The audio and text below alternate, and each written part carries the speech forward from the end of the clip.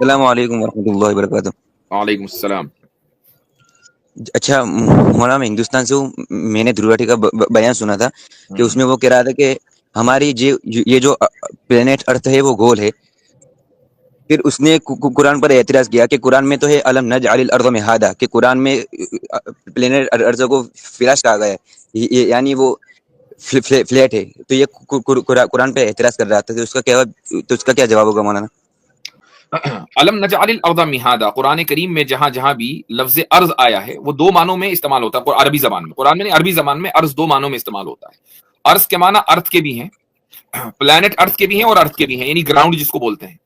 تو اسی لیے ارض اور ارتھ یہ دونوں ملتے جلتے لفظ ہیں، یعنی یہ ایک ہی زبان سے نکلے ہیں۔